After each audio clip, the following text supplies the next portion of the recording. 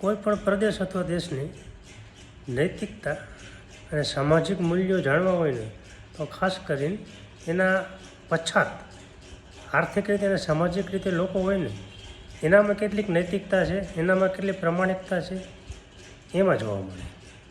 જેમ કે હમણાં અમે આબુમાં ગયા, ત્યાં અમે 2 પ્રસંગ જોયા. એમાં એક પ્રસંગ જણાવું છું. 4-5 ભિખારી છોકરાઓ અમારી આસપાસ, એટલે ટૂંકમાં અમારી પાસે પૈસા ન માંગતા, કેમ છો દીદી, કેમ છો ભાઈ, સાહેબ, એટલું કીધું. અને એકબીજાની સામું જોતા, અમારી સામે જોતા, પણ એકેય પૈસા માંગ્યા નથી હાથ ફેલાયો. અમે અમારી રીતે સિક્કા આપ્યા 5 રૂપિયાના, 5-10 રૂપિયાના. અમારું બજેટ ટાઈટ હતું, અમે એને 50-100 રૂપિયા આપી ગયા હતા નહીં. અને છૂટાની દિક્કત હતી એટલે 10ની નોટો હતી નહીં. એટલું કહીને અમે નીકળી ગયા. પછી એ લોકોએ અમારા કોઈ માથા પર નથી કરી, કોઈ પાછળ નથી આવ્યા, કોઈ જ વસ્તુ નહીં. તો આ રાજસ્થાનને આબુની ઘટના છે.